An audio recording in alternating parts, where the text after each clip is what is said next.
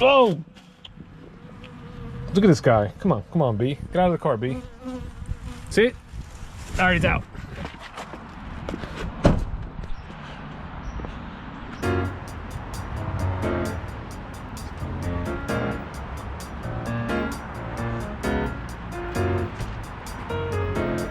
It's very important on Saturday mornings to try to get the very first up of the day, or the first client to come in, because people come in early on a Saturday because they're usually looking and ready to buy a vehicle, and they want to kind of get in early and get out early.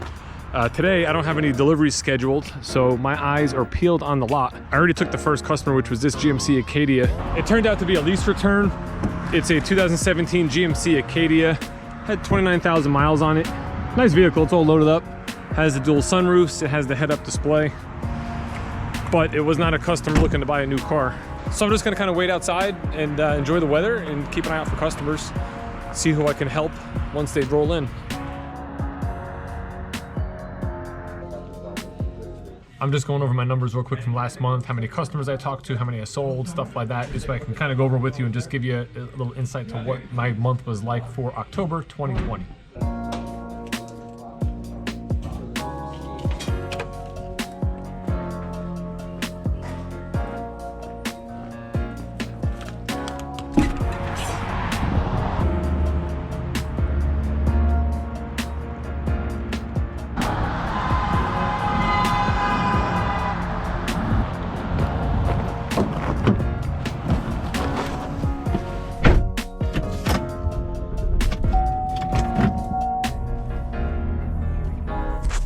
I got the numbers together, and it's not a stellar month, but I can explain why.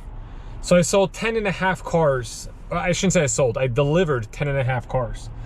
I actually sold 13 cars last month. Now, to be fair, I worked the first 3 days of the month. It was a Thursday, Friday, Saturday. I worked those 3 days, and then I didn't come back until the 15th.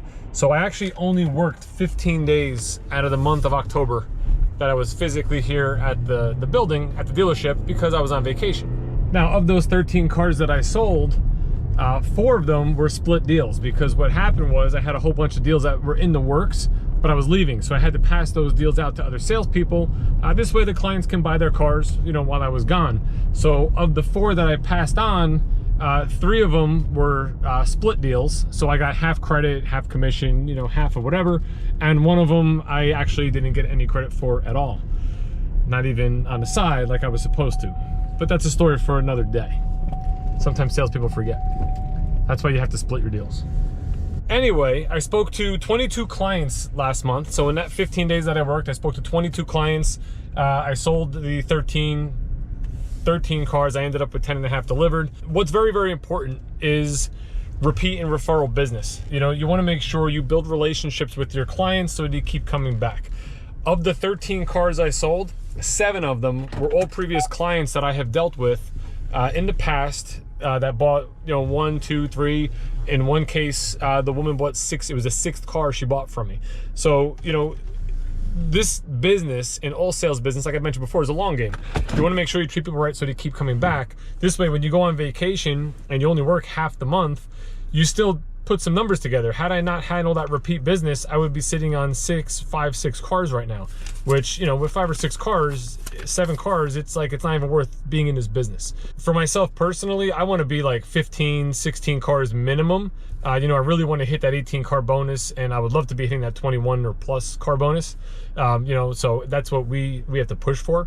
Right now, this month, I gotta look, I have 3 or 4 cars sold. I sold one yesterday. I have a Corvette factory order that's gonna be in probably next week, so that'll be good. And I have an appointment on Monday to sell a Trax, previous customer, that'll be good. So, you know, this month we're gonna work all month long, and we're gonna do our best to try to not watch any of the election stuff on TV, and just focus on things like selling cars and running miles and doing YouTube videos. We're gonna count down every hour on the hour until I get a customer. Right now it's 11:05, no customers yet. It just turned 11:30, and a client did just come in. I missed the up because I wasn't standing up here by the reception area.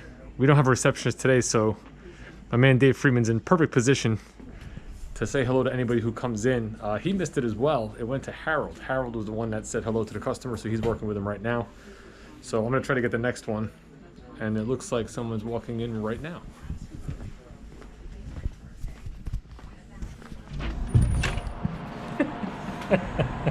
That was pretty funny. So I'm walking up with the camera like you just saw, and Dave Friedman is sitting there at the reception desk, and a customer's coming in, and I was like, look, Dave, I was like, I'm gonna grab this one. And he's like, well, that's the same thing Harold just did to me. So I was like, you know what, whatever, you can take it. You're sitting here, you're next in line, right? We try to be very gentlemanly here.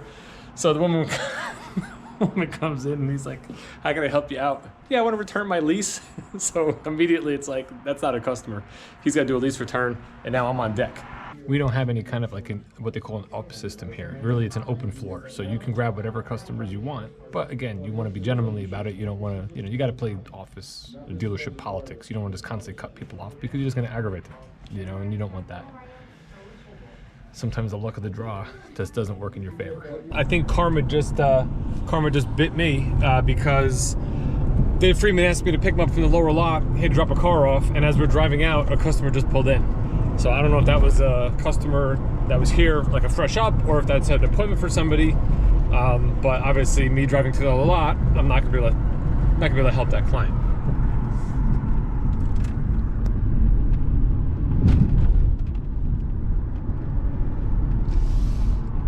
That customer was actually an appointment for somebody else, so I didn't miss anything there. But it is 12:05, and I had not had a customer yet today. It's just at 1 o'clock. I just finished having lunch, and it's funny, I walk out from the lunchroom, I come out front, there's two customers standing here waiting. I'm like, oh, perfect timing. You guys need assistance? Yeah, we can do some help. I said, great. I put my lunch tray down on the desk, I go back over to them. They're here to pick up their plates on the car they bought last week. So it's 1 o'clock, still haven't had a customer yet. All right, we got some folks that just pulled into Tahoe. I'm taking this one. What I want to do and what salespeople should do is kind of give the customers a little bit of a cushion. You don't want to just rush them as soon as they, at least I don't want to rush them as soon as they come in. So I kind of just keep an eye on them from a distance. I see where they're headed, where they're looking, and then, give them a little bit. You head out there, see what they need.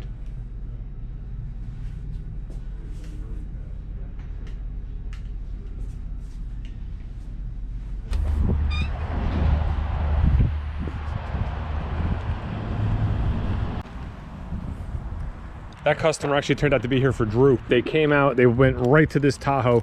So I figured, all right, let me go grab the key. I'll meet them outside. I'll have the key on me. I can start showing the vehicle.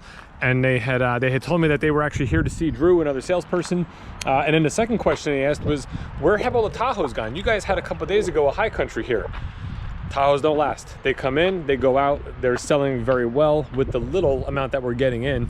At this store. Right now I only have these two. I have a Tahoe and I have one Suburban. And that's it. It's just about 2 o'clock. I was just about to do my little update and tell you I didn't have a customer yet, but I just got one. Some folks pulled in a Suburban that want to see the brand new 2021. So luckily we have the one white one here that I can show them and see what they think. It's always nice when you have a client that's looking at the same vehicle that they actually have, because they're already very familiar with it. So you're just going to show them all the new updated features. Let them go for a ride. And again, see what they think. Sally got customers here on the Suburban, but it's a Suburban that we would have to get like factory order or something. But they want to see kind of what lease numbers are, and if we can buy them out of their current lease, because he's low on the miles. These customers were very, very, very quick to just get to the point. They don't want to drive the vehicle, apparently. They're in Suburban after Suburban. They know all about it. They're really just concerned about leasing it, and if he can get value out of his current car by ending the lease early, thinking that there's equity in it. So we'll find out.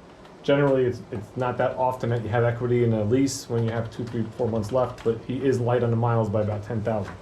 I was close. I told him 900 a month. I'm at 878. Right there. Cool. On something that we don't even have to sell them yet. 12. Thanks, man. Yes, sir.